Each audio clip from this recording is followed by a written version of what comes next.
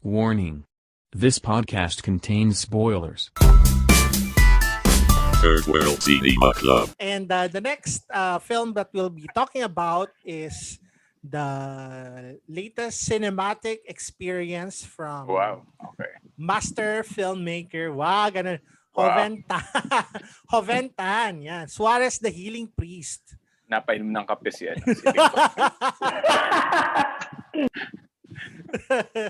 So, Mompo ba yan? Mompo. pampano eh.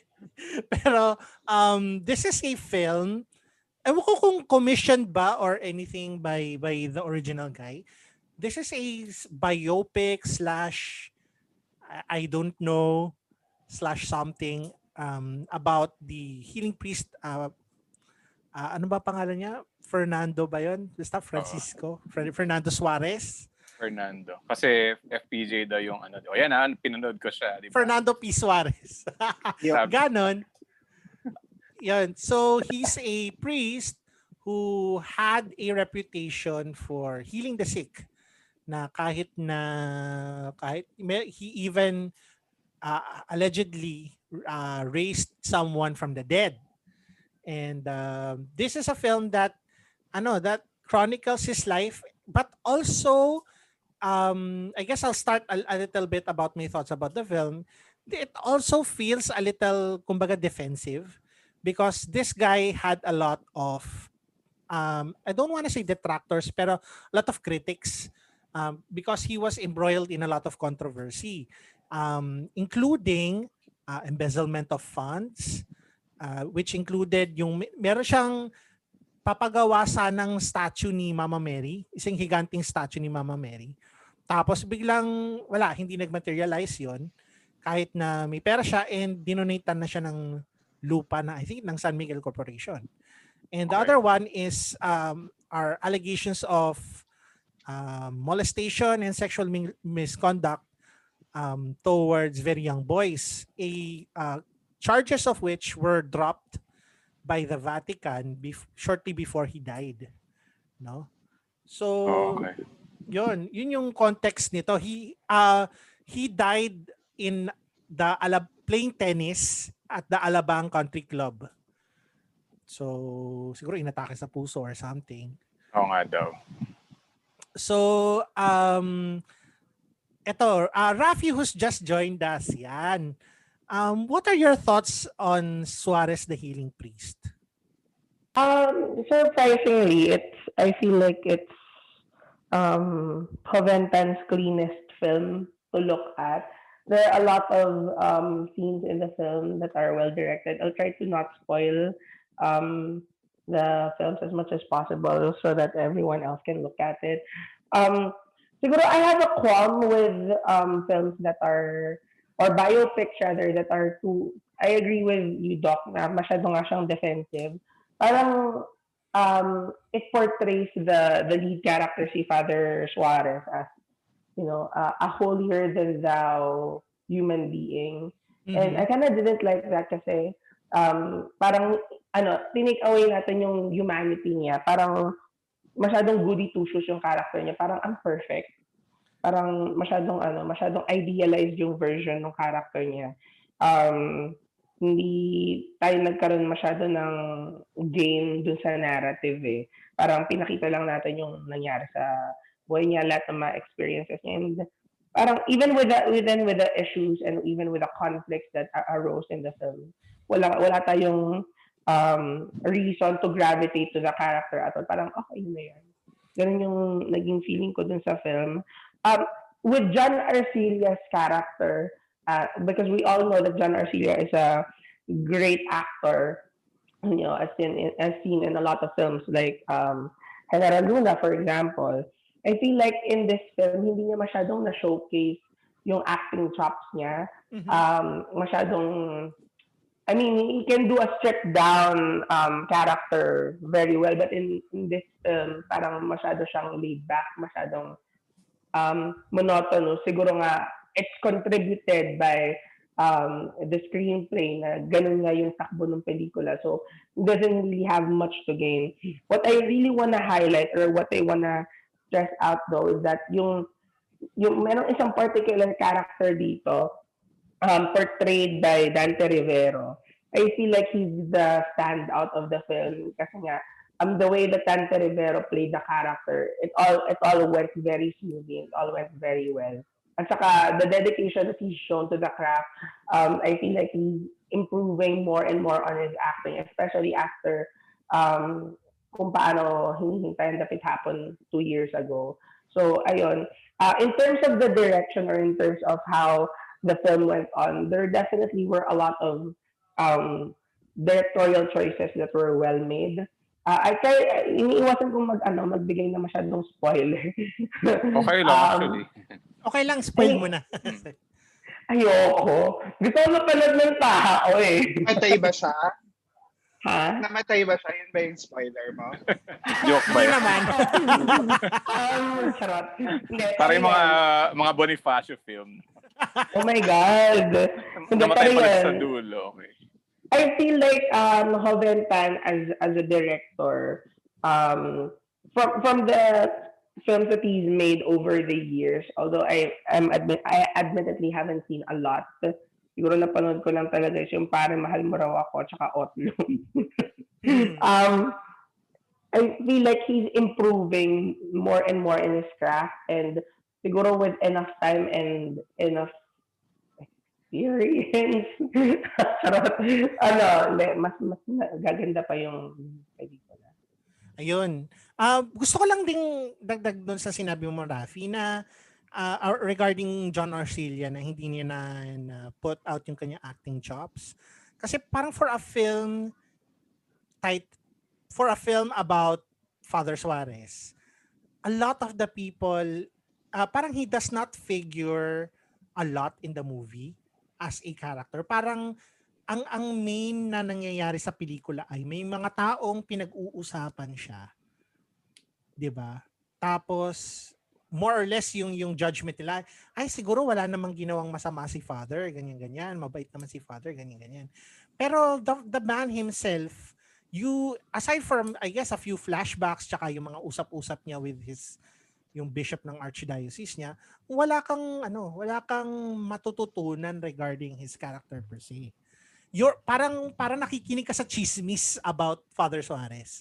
Which Right. I think is I think it's one of Joventan's parang devices na ginagamit in the film. Kasi may part doon na merong reporter tsaka yung kanyang journalist friend na they're setting up an interview with Father Suarez, and then they're all of the things that are being said here in this film, parang fine-frame it as parang observations on that, and they're passing their judgments on those observations. So parang may meta-fictional, I don't know, whatever thingy na pinapasok siya doon. Pero yun nga, parang bakit chismis lang yung nakukuha natin? Bakit hindi yung the words from the guy himself? At may spoiler alert regarding Father Suarez himself at the very end of the film. Tapos that character does not really do anything din. Right, I At the agree. end, parang yun lang. Ako, I can't judge the man himself. I mean, hindi naman ako pinagaling niya.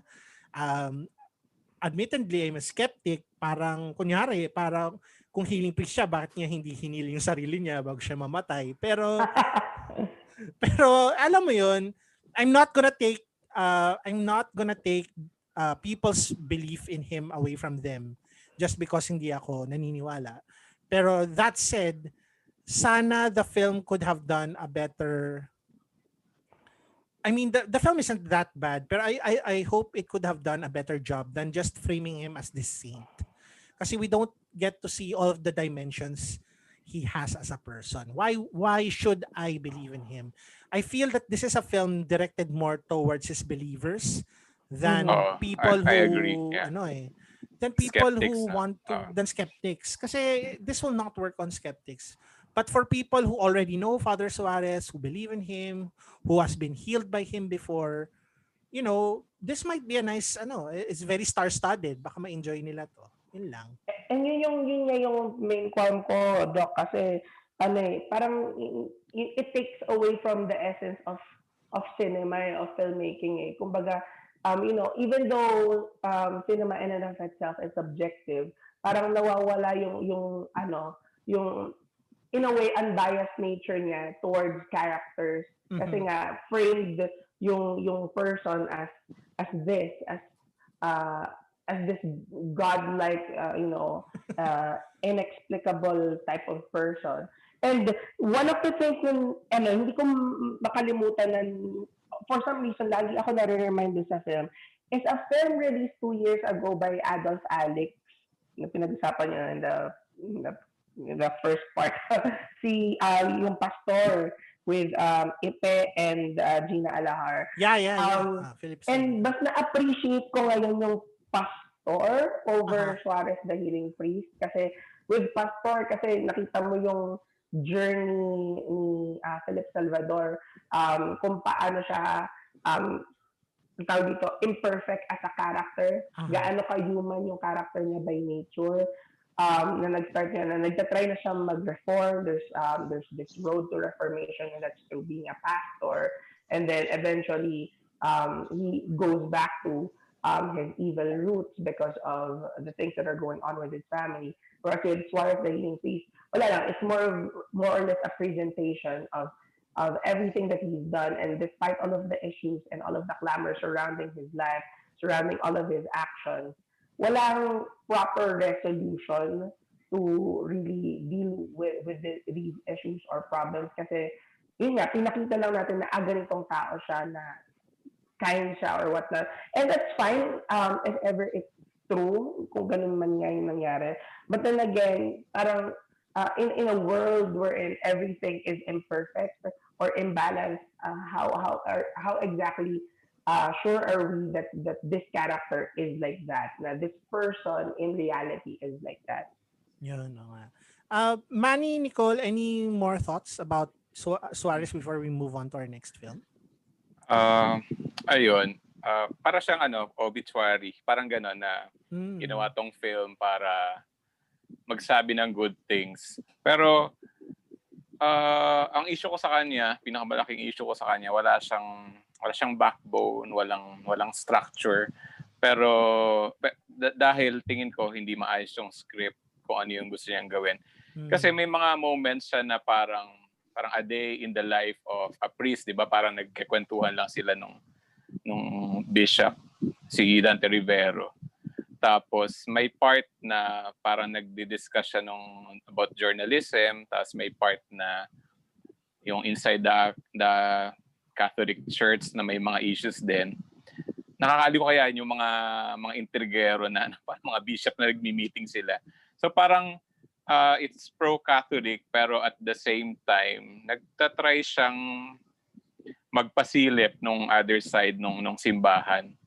Pero sa dulo, hindi siya kasi parang gumuho sa akin lahat. Parang andun yung tempo, okay, andun yung pagiging talky, tapos sige, okay, tanggap lang yung pagiging defensive. Parang hindi na ako nag-expect na magpapaliwanag siya ng kabilang side, ng other side ng issue.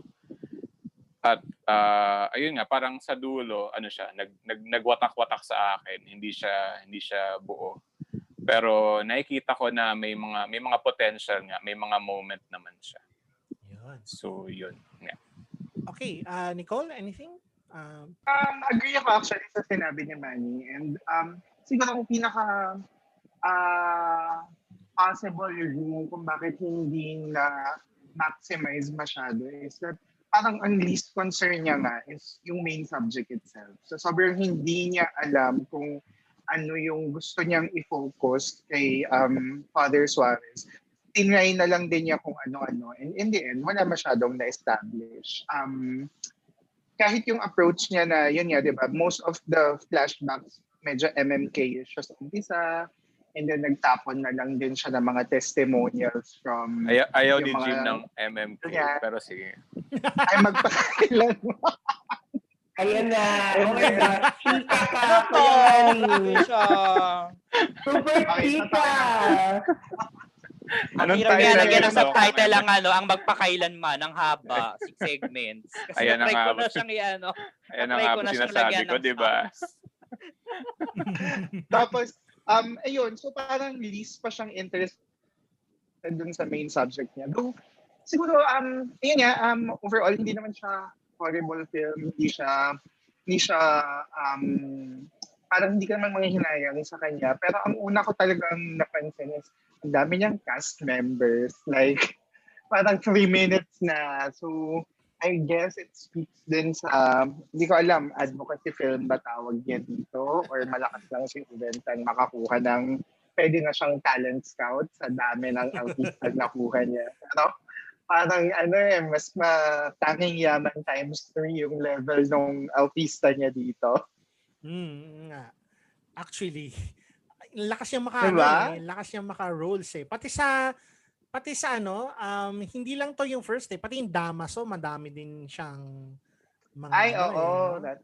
mga cast. No? So parang nga niya yun. somehow magaling siya Robert Altman. mag-point Joke lang. strength. Robert Altman. Yung Pilipinas. Ay, pero yung theme song, pala yung kumanta, si John Arcilla. Tapos parang, Okay. nakatawa yung reaction ni John. Pero naalala ko lang na nagte-theater din siya. Tapos, before kasi hindi siya gumagawa ng musical until may isa yata siyang ginawa for Repertory Philippines, which is yung Kiss of the Spider-Woman na musical.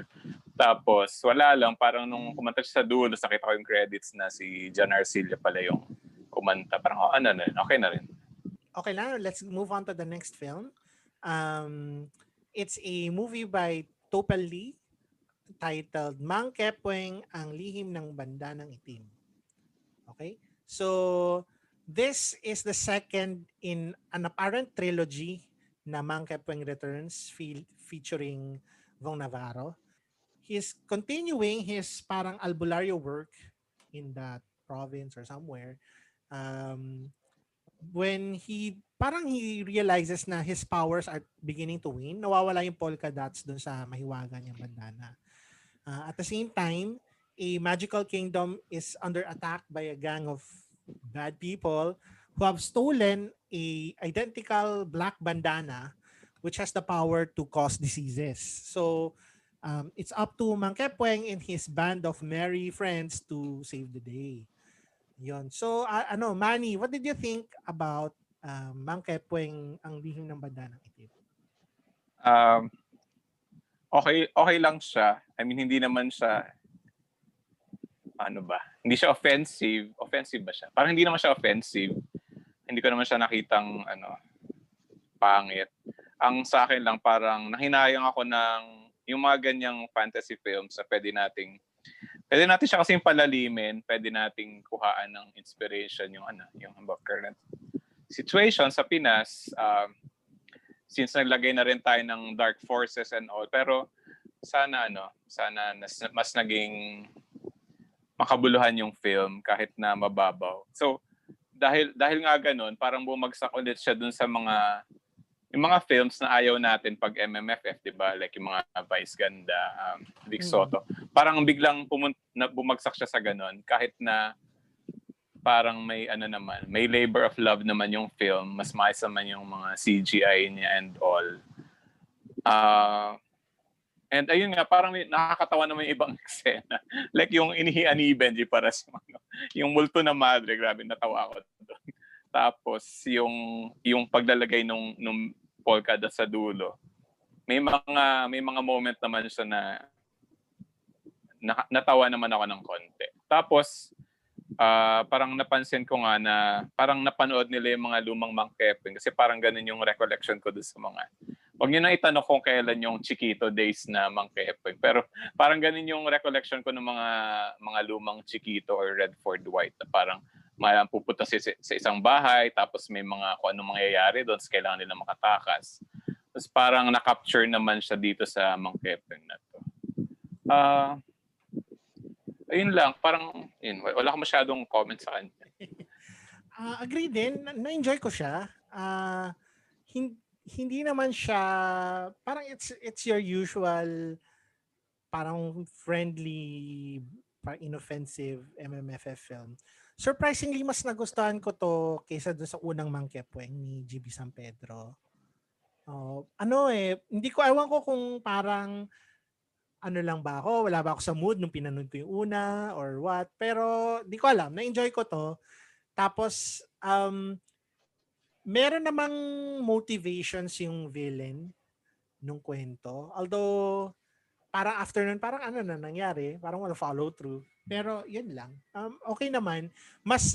Tapos yung okay lang yung parang costuming, production design, especially compared sa Magic Land na kakalabas lang din in this festival na iba yung level of attention to detail na binigay nila sa Magic Land kumpara dito. Pero yun. Yung tanong, Jacqueline Jose sa Makepeng or Jacqueline Jose sa Magic Land? Mas naramdaman ko siya sa Makepeng siya na nominate. Oo nga. Sa Makepeng siya. Pero mas nararamdaman ko siya sa Magic Land for some reason. Exactly, di ba? Kahit nakahiga siya. Diba? Kahit in spoken word niya yung theme song ng Magic Land. Yung pinaka natatandaan ko lang kay Jacqueline Jose dito sa Makepeng yung nagpanggap siya na may impostor na that took her form. Yun lang yung natandaan ko scene niya na dito. Parang acting great, gano'n. Yun lang. Pero otherwise parang okay. Pero yun. Nicole, ikaw, what are your thoughts about Makepeng?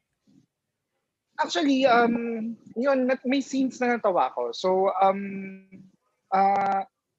the same in terms of, alam niya, iplakado na niya kung ano siya sa movie. Like, hindi siya pretentious na, yun nga. Pero, tama din si Manny na it could have been deeper at least. Or parang, it could have entered or inserted some parts na hindi na lang siya magiging checkbox ng usual na ginagawa nila. Pero yun, in terms of like the checkbox itself, sobrang nakuha nila pati yung pagkakas ng mga sidekicks, yung pagkakas ng villains, ganyan. Alam na nila. Siguro ang isang random lang na napansin ko is di ba ang leading lady ni Vong Navarro dito si Barbie Imperial. Mm-hmm. So medyo ang layo ng age difference nila. So hindi ko alam kung bakit napansin ko. Kasi baka nung picture ko yung poster, akala ko si Ritz Azul yung leading lady niya. Tapos hindi pala. So na-weirdohan lang din ako doon.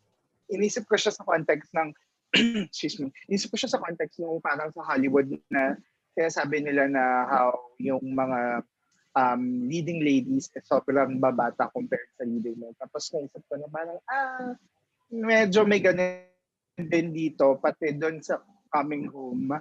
Diba? So si Jinggoy tsaka si Ara Arida na layo din ng age difference.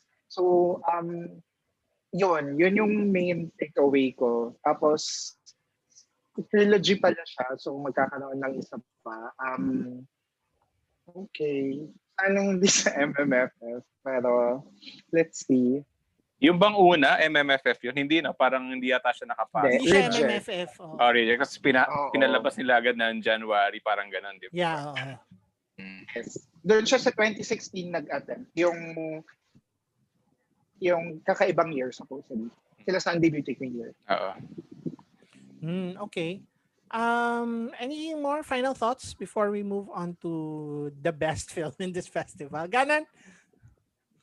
Any last? Okay. So, let's go on to the highlight of this part of the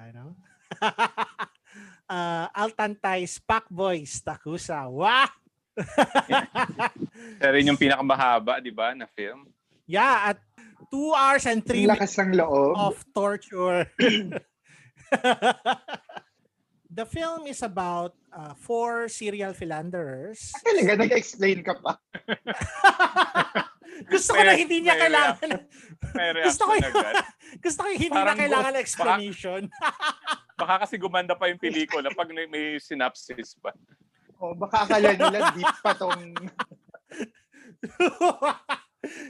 So, 4 serial philanderers do their thing, trying to have sex with as many women as they possibly can, But one day they meet this girl, Natalie Hart, um, I think he already has a boyfriend who is this crime boss.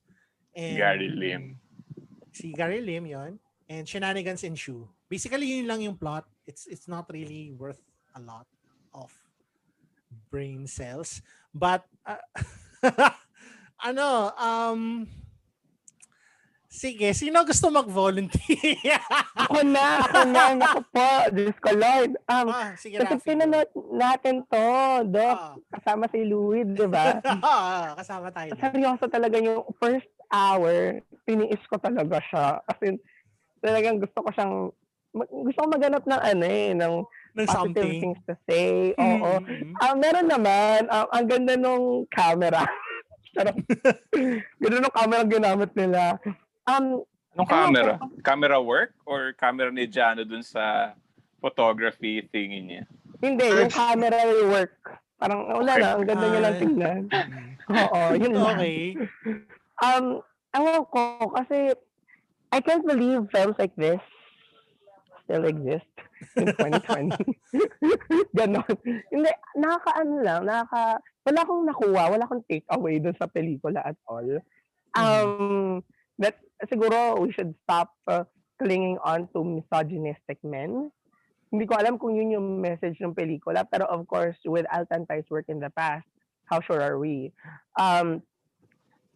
Tinatry niyang maging comedic yung mga birada ni na Gerald Napoles, ni na Dennis Padilla and whatnot. Pero wala it's not coming through kasi, parang sabi nga ni Nadine Lustre, 2020 na.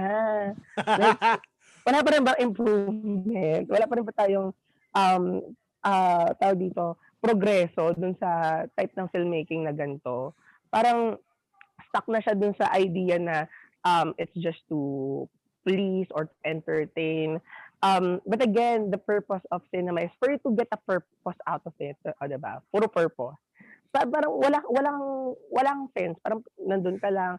And if you're supposed to entertain, sure. Pero somehow, entertain, with a goal to achieve. Hindi lang yun nagpakita ka lang ng apat na utang inang maniac. Sorry. Pardon my French. Yun. Wala. Yun na yun. Yeah. I think di ba Altantay did yung film niya ng 2019, yung Sanggano, Sanggagot, Sanggwapo. Yun. And I think based dun sa theater attendance, at least nung pumunta ako, at least marami-raming taong nanood nun. So, talaga? Kumita hindi lang nagme-make out? Kumita siya, I think. Kahit paano. Kumita siya, kasi siya din, actually, if I'm not mistaken, kumita siya beyond their expectations. Kasi siya din, yung schedule niya was yung before PPP, so may extended days. Parang, di ba weird yung hindi Wednesday kasi nag-start yung PPP, parang Friday na. Friday, so may additional 2 days. Additional days, oo.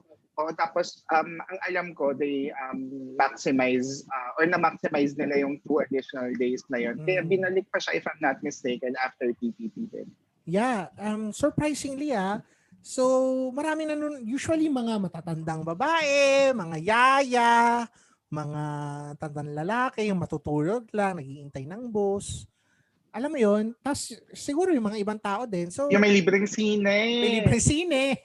So for some reason, I think this is their attempt to capitalize on that untapped audience of dinosaurs or whatever.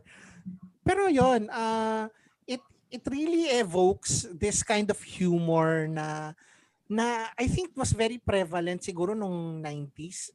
As you may know, Altantay worked as director for TV Channel 5's Tropang Trumpo nung 90s, 'di ba? So mga ganitong klaseng humor, and nung bata ako, I live in a household na maraming lalaki, puro lalaki, ganyan. Tapos, kung makisit in ako minsan with them, mga tito ko, ayan, nag-aanuhan, naglalaro ng, nagsusugal, ganyan. yung mga jokes nila dyan, mga tipong gaya ng mga nakikita mo with Altantay's film. So I guess I can kinda know where it's coming from. Pero looking at it from a standpoint na, yun nga, 2020 na guys, ano ba? Parang, yun nga, medyo weird. Kasi kahit yung Sangano from 2019, although it's very, alam mo yun, very macho, very icky in its own way, parang times 2, times 2,000 itong bago. Kasi yung basic premise, what goes on for more than 2 hours in this film is one of the 4 people, mga pakboys, they will try to cheat on their wives with another woman. Sometimes 2 of them with the same woman, sometimes 1 of them with more than 1 woman. And then, mahuhuli sila sa akto ng kanilang asawa. Tatawag, mag-walk into, anong ginagawa mo dyan? Tapos parang, gagawa siya ng excuses. Ay, ano lang, check up ko lang tong si ganyan. And ayun, papatatawarin siya or something, or it wala na nangyari. And it goes on for 2 hours. It's the same joke repeated for 2 hours. Kaya even if you don't necessarily, find this morally abhorrent, as most people probably will, sobrang repetitive niya at wala siyang substance at all, na parang anong point nito? Parang gusto niyang mag-joke na isa for 2 hours. You could have done this in less time then. Pwede itong maging short film kahit na isang instance na lang, or ayun. Parang, and it could have been, I don't know if I can say better, but it could have been something else. To be fair naman, may parts ako na natawa ako. Alin doon? Yung sa ngipin? Hindi. Shit. Pa-ending na siya Basta it's one of the jokes that does not involve philandering. Yun. Pero other than that, wala akong nakuha sa kanyang anything. And yun nga, sana agree ako kay Rafi, kung gagawa man sila ng ganito, parang guys naman, yun lang, guys naman. Siguro ang pinaka-offensive pa dito is aware sila dun sa insensitivity ng humor or na pero it stops there. Parang they wear it as if it's a badge of honor. Yun yung mas nakakainis pa doon, na parang hindi pa enough na explicitly nananadya yung humor nila. They go on and be defensive about it pa by saying na ganito dati, ganyan, or parang hindi, yung humor na to nag-work siya before. There's a reason why hindi na siya mag-work now, and dapat hindi nag-work now. So, sana yun yung feeling ko mas nakaka-trigger dun sa movie. Kasi aside dun sa mga anti-women na punchlines nila, may mga anti-suicide punchlines, pro-suicide punchlines din sila. So parang alam mo yun, they really make it a point to be offensive, and then they know that they're that's exactly what they're targeting. So mas nakaka-trigger siya on top of na 2 hours plus nga siya. So sana hindi to successful enough para hindi na magkaroon ng isa pa. Pero who knows, baka naman din kasi hindi siya high budgeted needed para for them to turn out another one. Pero yun yung nakakainis sa kanya. Sobrang nag-stick out siya like a sore thumb sa lineup na to. Only because it's definitely the most offensive of all the entries. Parang yun nga yung bigger question no? Bakit siya nandun? Bakit siya na-select in the first place? I mean, sa script ba? Hindi niyo nakita na maging offensive siya? And tapos sa production, wala man lang bang na-offend doon sa ginagawa nilang pelikula? Parang on top of that, even yung hindi nila nakuha si Ana Roses doon sa lahat ng eksena sa beats, parang napaka-incompetent din nung the whole stretch na yon. Parang isang part na nakaharap, tinakpan talaga siya ng sombrero sa mukha. Isang malaking sombrero yung nakakover sa kanya. Para lang magawa ng paraan, parang okay. Parang do we deserve this? Parang ngayon. Sino bang hindi makakapansin na wala si Ana Roses dun sa beach? Wala lang, parang ang daming pagkakadapa nung film. Parang hindi na siya umahon, parang gano'n. Parang no. Parang kahit na anuhin mo siya, parang walang effort din ish. Oo, yung nga parang even yung filmmaking napaka-lazy, parang gano'n. Yeah. So anyway, let's go on to The Boy Foretold by the Stars by Dolly Dulu. May boy rin. Okay. Yan. So it's about this high school ba sila or high school sila, no? Mukhang high school. Yeah.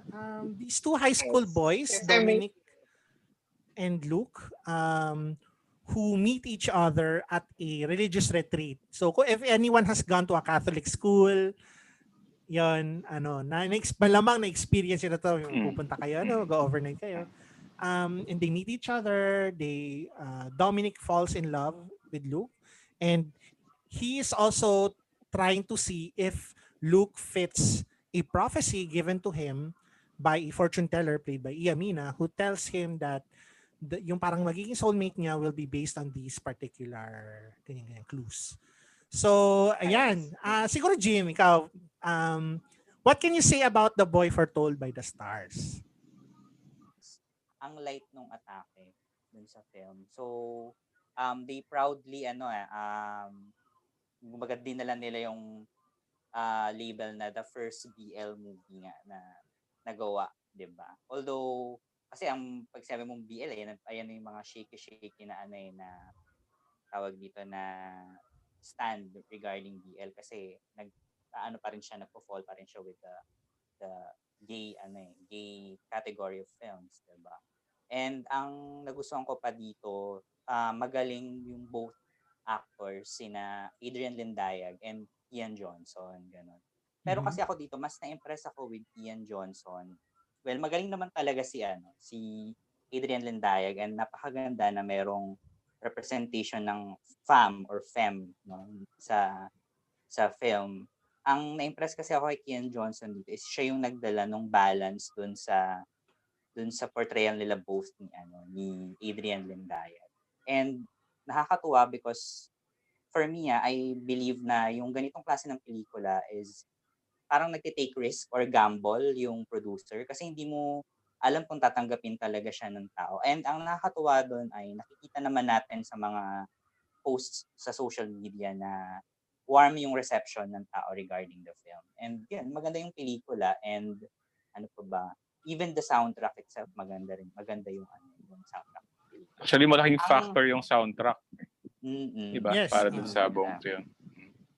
Ang nakita ko lang siguro na mako-comment ko, since ako kasi I was able to attend yung mga religious retreat. Akala ko may Kian Johnson ka. Ay, sana. Char! Sana. Char! Ganun. Ang ko lang doon, napansin ko lang doon, kasi diba there's a scene na hinalikan ni Luke si Dominic. Tama ba? Si Luke diba? Si Ian Johnson niya. Tama. Yeah. Si Luke. Hinalikan ni Luke si Dominic. In real setting, may magre-react na doon.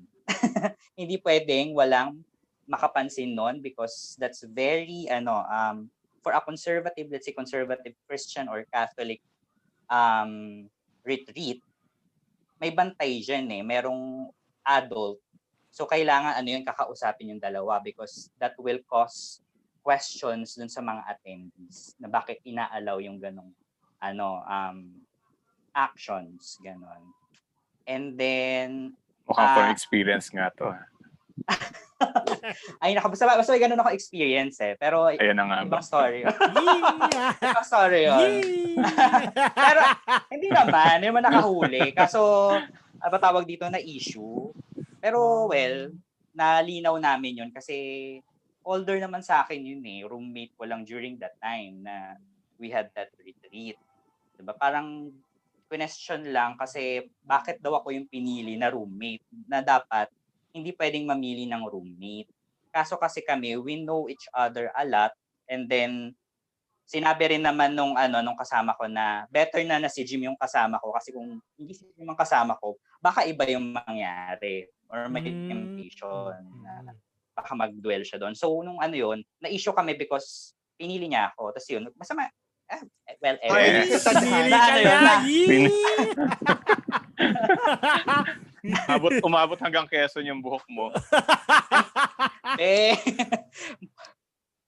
charot. Hindi, matanda sa akin yun. Ano ba kayo guys? Hindi old school. Parang 60 years old yata. Or 50 something. 60 years old. Akala Oo, yung kasama ko. Hindi naman, parang samingan niya sa kantin. Akala Lolo ko mo na ako.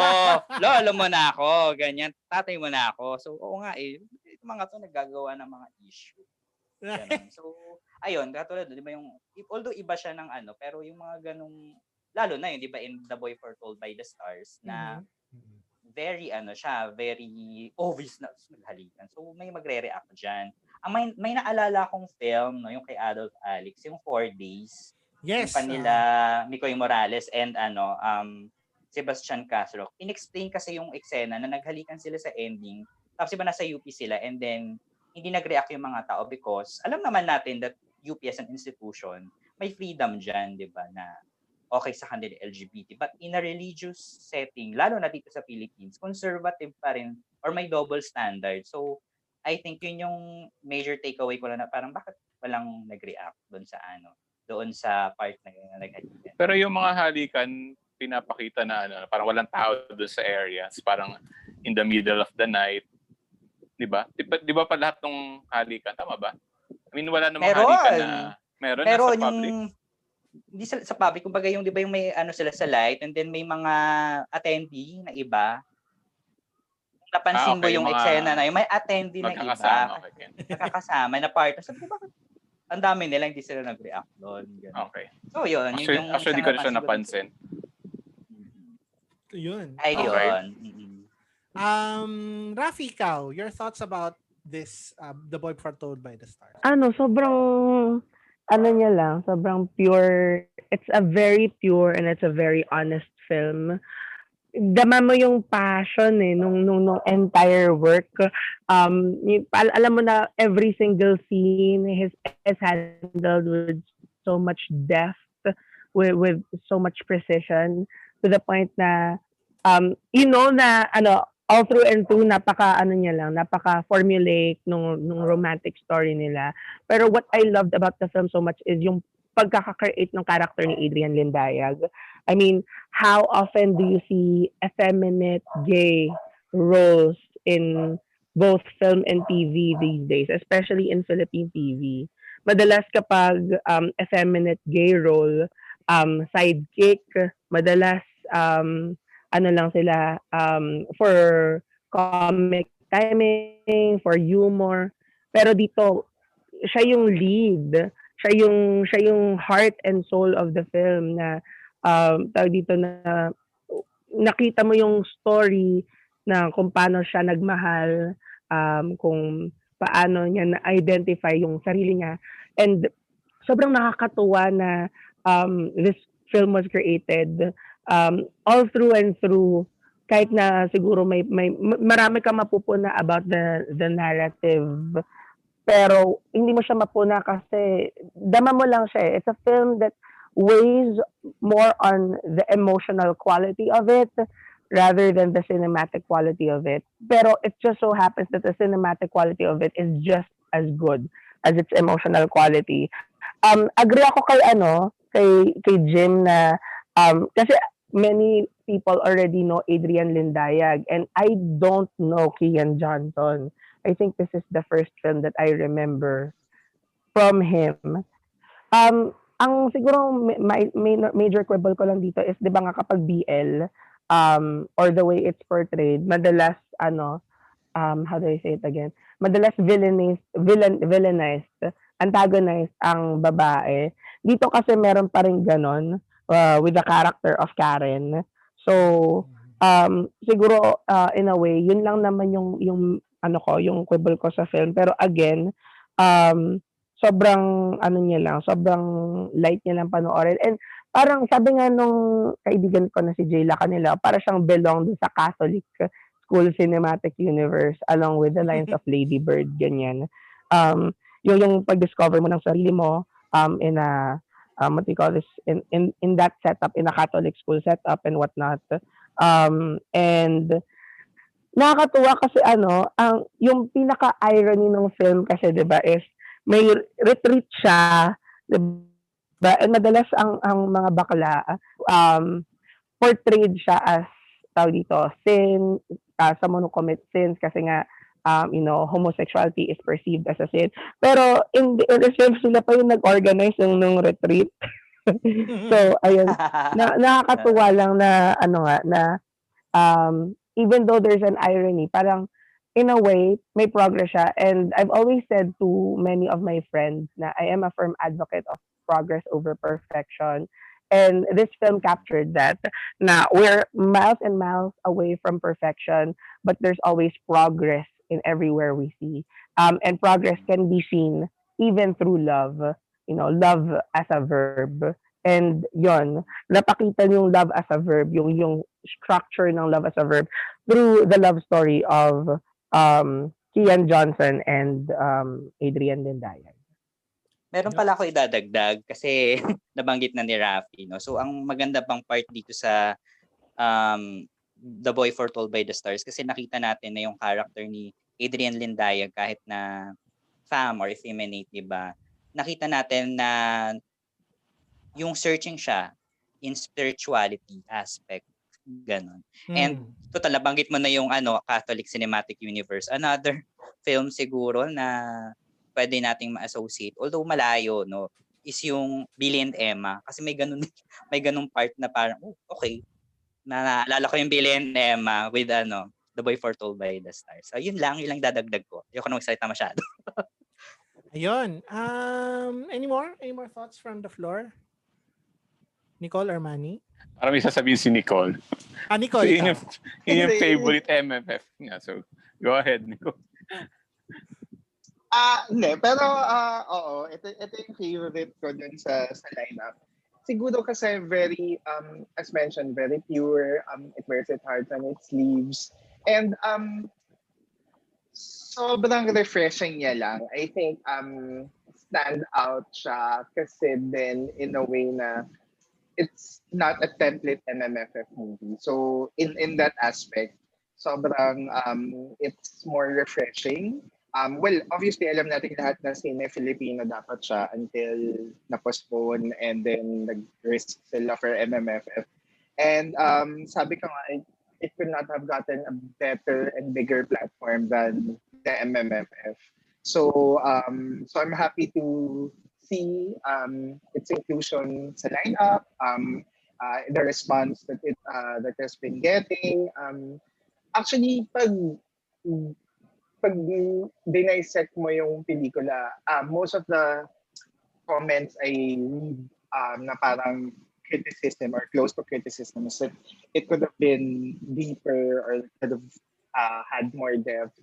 Pero ako, I think the way that it was done perfectly encapsulates yung sweet joy, young love itself. Like, hindi naman pa talaga siya ganun ka-deep or hindi pa siya like even yung existence ng girlfriend as a third party, even that, feeling ko pag nandun ka sa age nila ng high school, ganun pa naman talaga yung setup ng conflict ng mga characters. So, sobrang underrated ng screenplay nito. It's very easy to dismiss kasi nga it's formulaic, it follows a 1-2-3 format ng mga scenes na dapat nandun. Pero I think it's also part of the charm ng movie is that it didn't really go na sobrang deep than what it just wants to show. Kasi nga,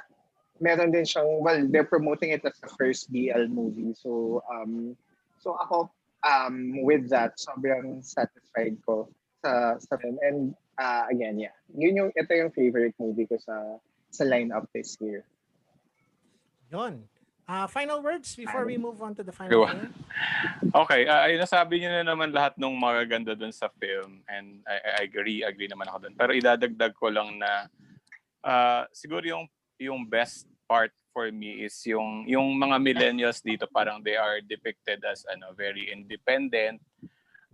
Hindi sila tanga, nag-iisip sila, nakaramdam sila, pero nag-iisip sila at kaya nilang bumangon from it without any help from like Yayo Aguila character or Irma Adlawan character. Kung napansin niyo, parang walang parents, di ba? Wala siyang eksena na kakausapin niya yung parents. Or meron. Hindi ko matandaan eh. Si Kian ba, may nanay dun sa film. Hindi ko masyado matandaan. Pero parang the whole movie nakapokus dun sa kanila, yung sa depiction nung pure love and all. And ang nakita ko pang isang brilliance sa kanya, yung the way it ended, di ba? Parang hindi niya tayo dinala dun sa prom night. Hindi niya tayo dinala dun sa dulo na isi-settle lahat. Kasi parang natapos siya na feel good, pero alam mo na it's not over. Parang tatanda sila, magmamature sila, tuloy lang yung journey. Anong mayayari dun sa prom night and all. So parang yung part na yon na na-capture niya yung pagiging clueless kung saan ka pupunta, kung saan ka yung youth mo saan pupunta. Yun parang ang ganda na pagka-capture nung part na yun doon sa movie. And ano pa bang dadagdag ko? Ayun lang. Gusto ko rin yung film. Sana naman din sana mapansin ng YCC or the Young Critics Circle ang paired performance ng leads. So sina Adrian Lindayag and Kian Johnson. Oo, ang galing nila. Ako din, I agree. Kung nanalo siyang kung si Adrian Lindayag nanalong best actor sa MMFF like awards, okay lang ako doon. Actually, mas okay pa siguro ako doon kaysa kay Paolo Avellino, as much as nagustuhan ko yung performance niya. Masaya. Ako din, same. Sa akin, either din ako. Ako either. Either or. Yeah. Anyway, yun. So, let's go to our last film. Save the best for last.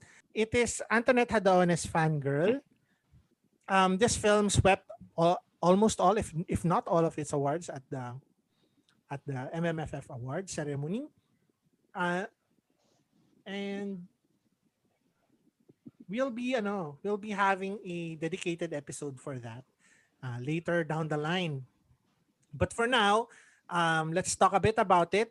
It's about Jane, this young high school girl who sneaks on board Paolo Avellino's truck as he goes on to a secluded location. And there, she learns more about her idol than she probably wants to. Ganon, to say it lightly. So, ayun. Siguro, my short thoughts lang on Fangirl is, I like it very much. I'm not sure if it's my favorite Hadaone. I think I'm still my favorites are Never Not Love You and Lilia Contapay, and then this one. But I like it. It's more allegorical than anything else, no? Parang anything else, yun talaga siya. Yun talaga siya. Kasi I read several parang criticisms of the movie that yung question nila is why didn't it explore yung property of fandom to band together, form groups. Kasi parang si Jane is parang siyang lone wolf siya kumbaga in terms of fandoms. Which yun nga, the idea that is allegorical alludes to, yun nga, kaya siya nag-iisa. And of course, story-wise, wala siyang signal dun sa lugar, kaya alam mo yun, she's working alone. And sa pangalan niya herself, Jane is parang Jane Doe. It could stand for anybody, any woman, di ba? So parang this is every woman learning her place in society, learning not to depend on men, basically, or not to wag maging bulag-bulagan towards figures dahil iniidol lang natin sila. And a bit of that, parang, of course, the most obvious similarity siguro, especially in local cinema, is Lino Brocas' 1980 film Bona, no? Starring Nora Honor. Certainly the similarities are there, pero I think personally, Bona is leans more din towards yung paano hinulma yung mga kagaya ni Bona na parang may gustong itayo ni Broca yata, at least in my opinion, yung parang religious yung parang religiosity natin at kino-conflate natin yung Diyos sa mga tao na hindi naman dapat Diyos. Meaning So yung Nazareno yung umpisa, 'di ba? Yung opening. 'Di ba scenes. nasa ano siya, nasa procession siya, ganyan. Tapos she devotes her everything religiously to this two-bit player na hindi naman siya leading man, ganyan. Pero she still devotes everything to him. In contrast dito si Fangirl, Paolo Avellino is Paolo Avellino. He's one of the most recognized leading men siguro ngayon, lalo na sa mga young people, no? So, and there's a different kind of admiration. Yung tipong si Bon naman, she wants to live with yung the object of her obsession. Ito namang si Jane, there's a may desire na ano din, mas labas yung yung kumbaga carnal na pagnanasa. Ganun. Na gusto niya ring she wants to possess some of that parang yung iniisip niya na parang divinity or whatever na ina-exude ng kanyang idol. So that's why parang sexually is very attracted to him. Pero yun, I like how it turned out. I like how it played out. I mean, yung symbolism is not very hard to not see. Parang there are posters of a particular guy everywhere in the movie. I don't have to look very far. So, it's yun. May naisip ako, can we talk about the extended rape scene? Which one? Yung yung near the end? Yeah, sige, Like, go. Kasi hindi. I wanna know your thoughts, guys. Kasi it's one of the parts of the film that hindi naman, I'm not sure if it even became a controversy, pero it became one of the reasons why a lot of reviewers and a lot of film enthusiasts thought that the film is more or less contradicting itself. Kasi nga, diba, the film attacks misogyny and attacks these systems, and then eventually you see this exact opposite through the rape scene. But what do you think, guys? I wish we had a female's perspective here. Sana nandito si Princess, no? Pero unfortunately, yun nga, tayo lang muna. Saka nagustuhan ni Princess din, di ba? Sinasabi niya last time. I wonder. Kasi inisip ko lang noon, parang yung part ng narrative is ma-exhaust yung mga natitirang paghanga niya dun sa idol.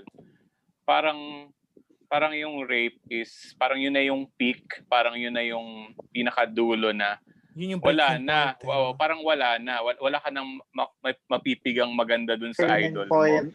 Parang pwedeng offensive yung pwedeng mapag-usapan. Pero at the same time, pwede ko siyang i-take na may gustong basagin yung pelikula, di ba? Parang I feel na aware naman yung director na pwede siyang maging pag-usapan. Pero part of the narrative, kailangan niyang i-push yun, kailangan niyang makarating doon, kailangan niyang basagin yung mold na yun. Just to make a point. Ako, yun yung nakikita ko. Agree ako dun sa sinabi ni Manny. Kasi parang ang parang major observation naman ng movie talaga or ng mga tao na nanood is it's a statement. The movie is trying to make a statement. So feeling ko yung scene na yun is a part of showing or pushing or emphasizing the statement further na parang hanggang saan ka ba dadali ng pagka-fan mo. And it's a very clear na part of them showing the statement. In general, I'd say Fangirl is a movie I respect more than I actually like. And part of it is because nga it's very clear with the statement that it's trying to show or parang pinakita. And so ako personally hindi siya sa akin, it's a non-issue. Na pick up ko siya. I get siguro kung bakit others will find some confusion or na medyo contrast siya sa gusto. Pero sa akin medyo malinaw naman siya na na yun. Ayun. Ay, Okay. malinaw na yung connection. Sige, Jim, ikaw na. Jim, may gusto kong sabihin? Yun din kasi yung napansin ko na parang sandali, parang after those yung mga 'di ba yung mga scenes na pinakita and then may biglang nagkaroon na ng sodomy or yun nga parang I also connected it to misogyny nga because bakit kailangan gawin ng character ni Paolo Avellino yung ganung part when in fact may mga bagay na siya na tinake advantage kay Jane. Kaso napaisip din ako because sa earlier scenes ng film merong part kasi na pinakita na si Jane ay may early sexualization. Yun yung part na nakita niya si Paolo Avellino na nakikipag-sex. And then suddenly pumunta siya sa room and then nagkaroon siya ng self-pleasure or ini-imagine niya na ano nga rin siya ni Paolo Avellino, diba? So, although pangit naman sabihin na parang Jane also pushed Paolo to do that. However, kasi dun yung medyo naging issue ko dun was that yun nga, parang kahit sabihin natin na dun sa eksena na yun, may part na tempting, pero tawag dito yung consent, kumbaga 16 years old and then ganun yung nangyari. Kaso yun nga, yun nga yung binabangga din, I agree with Manny and Nicole, no, na may binabangga talaga yung pelikula, may statement yung pelikula na hanggang saan mo iiduluhin yung tinitingala mong artista, 'di ba? Curious din ako din kasi parang yung napanood kong isang talkback, parang hindi niya yata alam na may eksenang ganun. Kung yun nga yung eksena na sinasabi niya. Okay. So parang doon na lang din nalaman. Siguro para ma-capture yung yung reaction. Pero hindi confirm ba kasi parang hindi nila binanggit yung actual scene. Pero tingin ko yun yung mini-mini nila na eksena. Yun lang. And yun, siguro dadagdag ko lang na nakikita ko na mahirap siyang gawin. Mahirap i-film, mahirap i-direct, mahirap itawid. So parang nakita ko naman yung ginawa nila doon. Tapos napalabas sa MMFF.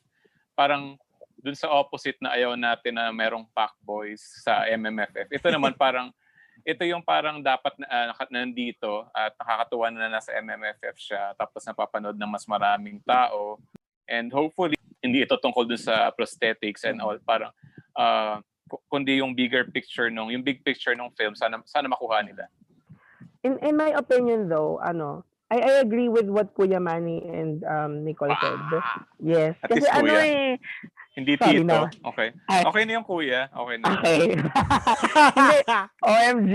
Yun kasi tawag dito, siguro kasi napanood din to ni Jim saka ni Doc nung September. Naalala niyo yung beginning ni Dea Kubem-Gashvili, yung Georgian film na pinanood natin sa Toronto. Yes. Hindi ko so remember like towards the middle part of the film, meron yung like 5-minute long or 5-7-minute long rape scene with the lead character. So, yun yung reason kung bakit parang ang tagal kong nag-isip about this film kasi I saw it nung November pa sa Tallinn. Tapos pinanood ulit siya sa MMFF. Kumbaga, yun yung reason kung bakit parang pinag-iisipan ko kung ano yung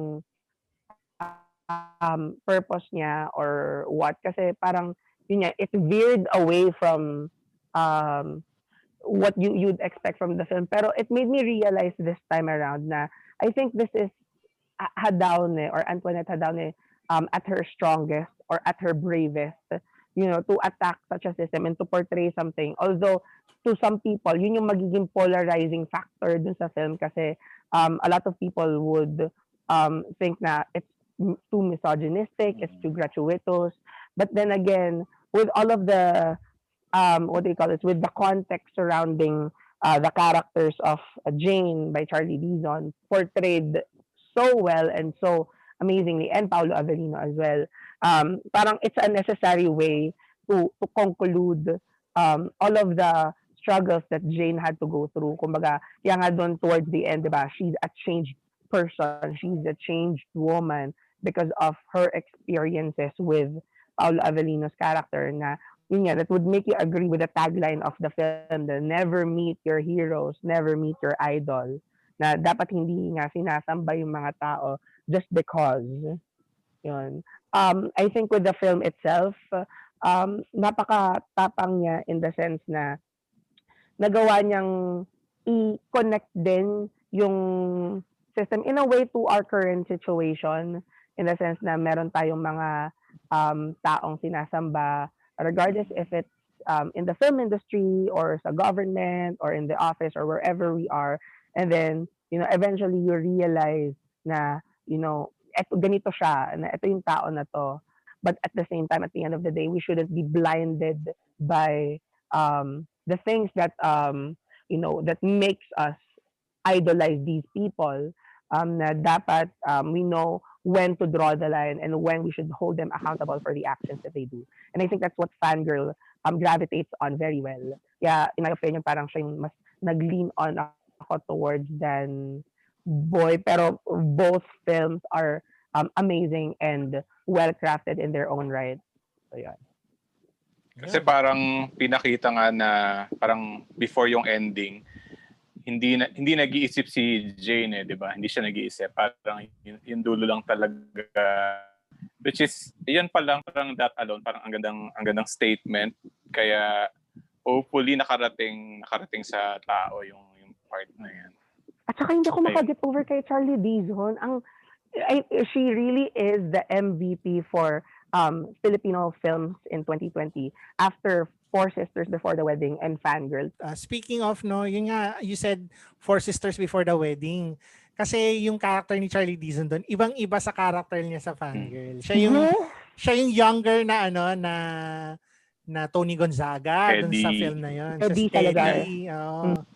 Tapos parang ibang-iba talaga yung acting niya. Wala lang, nakakatawa. Tapos parang sabay daw, di ba? Parang sabay niya yatang ginagawa. Minsan, ang hirap daw bitawan yung character. Parang gusto niyang ma-execute na agad yung makasunod na eksena yata. Kasi bago niya bitawan para gawin naman yung sa kabila. So yun lang. Ano talaga siya? Magaling siya. Magaling siyang bata. For me, yung Fangirl kasi di ba lagi siyang ina-associate with Bona or between Walang Ningning. Makapuso. Ano ba yan? Sinisingit na Nawawala tuloy ako. Anyway. Go. Mayroon kasing isang film na somewhat gusto ko siyang i-associate with Fangirl, although different naman yung story. Yun yung PPP's or Sinag Maynila's He Who Is Without Sin. Kasi 'di ba itong two films na to pinakita yung yung fanaticism, 'di ba? Although iba yung treatment ng dalawang pelikula. However, pinakita kasi dun sa dalawang pelikula on how tayo ng mga Pilipino paano tayo humahanga, 'di ba, with celebrities to the point na minsan to the extent gagawin natin and tatanggapin natin kung ano yung ginagawa ng idolo natin. And ako, I hope na since Charlie Dizon napapansin na siya, 'di ba, na magaling, I hope makakuha pa siya ng magagandang projects, no? I'm sure naman. Basta mga kapamilya, nakakaano naman yan, nakakuha ng... Ganon. Ganon pala yung usapan doon. Ito. Sama ka sa amin palagi, Manny. Kailan ba may bumabasag kay Jim? Parahan portion tayo. Ano to? Parahan portion. Kainit. Pero ang ganda nung description ni Isa Calzado sa kanya, di ba? Parang yun daw yung recommendation from Isa Calzado. Parang yung sinabi niya kay Tonet is she makes a solid eye contact. Di ba? Parang ganun yung description ni Isa Calzado. Yes. Kaya siya napili for the to audition. Ano yan? Hindi ko siya maalala sa Pandango. Parang associated siya kay Mercedes Cabral, 'di ba? Tapos siya yung tumulong towards the end kay Isa Calzado na makatakas. Hindi ko pa na ito napanood. Sinimalaya to, no? Sinimalaya. Okay. It's good yung sinabi ni Rafi kanina na kailangan maging critical dun sa mga rape scene, di ba? True. Maganda yun. Magandang practice yun. Parang imagine merong era na yung mga massacre movies na parang even yung rape scene is parang part ng paghuhubad, di ba? Parang ginagawang... Yes. Ginagawang Diba? titillating Parang, scene. oo, parang hindi ko ma-imagine nagkaroon tayo ng period na gano'n sa Philippine cinema. Yun lang, nakalungkot. Oo nga eh. Yung, Sa'yo lang. so, dapat sobrang piling-pili yung time and place if you want to do this. And if you don't do it properly, ang pangit ng labas. Yun lang. It's really something that people should consider, especially yung mga rape scenes kasi pag dito, gaano ba ka-relevant ang rape scene or yung sex scene rather or in general sa pelikula and paano siya nakaka-contribute dun sa narrative, dun sa actors and meron ba siyang message na pinaparating. So yun, feeling ko yun yung strongest point din ng Fangirl. Ayun. So that ends our MMFF episode, no? Sana we have another MMFF next year, later this year kasi January na to. Hopefully we see each other again all in the cinemas under healthier circumstances. At kahit na hindi man, kahit na magtuloy pa rin ang walang sine until the foreseeable future, sana naging successful kahit papaano itong MMFF. Kasi this is an experiment. Tingin nyo, magkakasummer MMFF. Production, ang hirap eh. Kasi di ba, ang film production is so restrictive nowadays eh. Kailangan mo ng swab test for all of your crew. I'm gonna predict siguro for the next year, 2 years, 5 years, na there are gonna be a lot of smaller productions, kahit na with big studios, mga small rom-coms with yung cast mo hindi dadami ng 10, that can be yung parang pwede siyang i-shoot in 1 or 2 locations. Feel ko dadami yung mga ganun kasi budget is everything. Wala na masyadong pera, and of course ABS-CBN had a very huge loss. So paano na yung, di ba, Star Cinema, saan sila kukuha ng pondo? Paano sila gagawa ng production? I think they're starting to do that with smaller budget productions, smaller productions in general. Yung baka they might get inspiration from productions like yung Game Boys, which was done, I'm assuming it was done relatively cheaply compared to say a big budget movie, but look at the viewership that show had. Ang laki, di ba? Kasi kamukha nung ano yung teleserye, yung si Tony Labrusca, yung parang nag-create sila mula sa studio, nag-create sila ng neighborhood para magmukhang nag-shoot sila sa labas. Pero nasa loob lang daw pala ng Omando.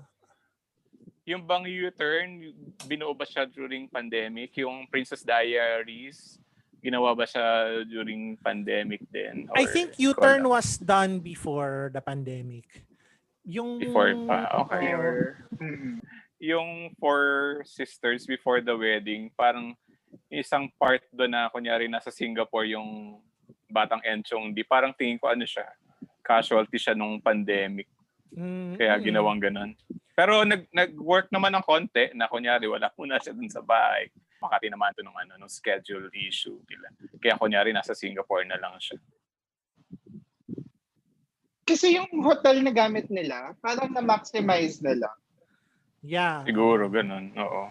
I think I think parts of that film were filmed before, pero meron pa sila sigurong chunk na hindi tapos na. Pero, like, tingnan nyo yung nangyari doon sa di ba yung opening nun, nandun yung the OG na Four Sisters. Yeah. Nag-uusap sila through a Zoom call. Na feel ko sa bahay-bahay lang nila yun no? Sila. So, ayan, movie magic. Tingnan na natin kung yung in the face of siguro limitations, parang creativity blooms. Ganun. Ayun. So, ayan, thank you guys once again. Sa susunod na film festival, kung kailan man yun. Oo nga. And, di ba? Biglang may biglang may To Farm Film Festival ulit. Ay po. May ganun na. Or sino Filipino. Pina-farm nilang virus, gano'n. Ay, grabe. Ito yung alimuum. Alimuum. Pinag-Maynila. Sinamay. And until next time, yun, bye-bye. Sure, okay. Bye-bye. Salamat. Bye, take care. Thank you. Happy New Year!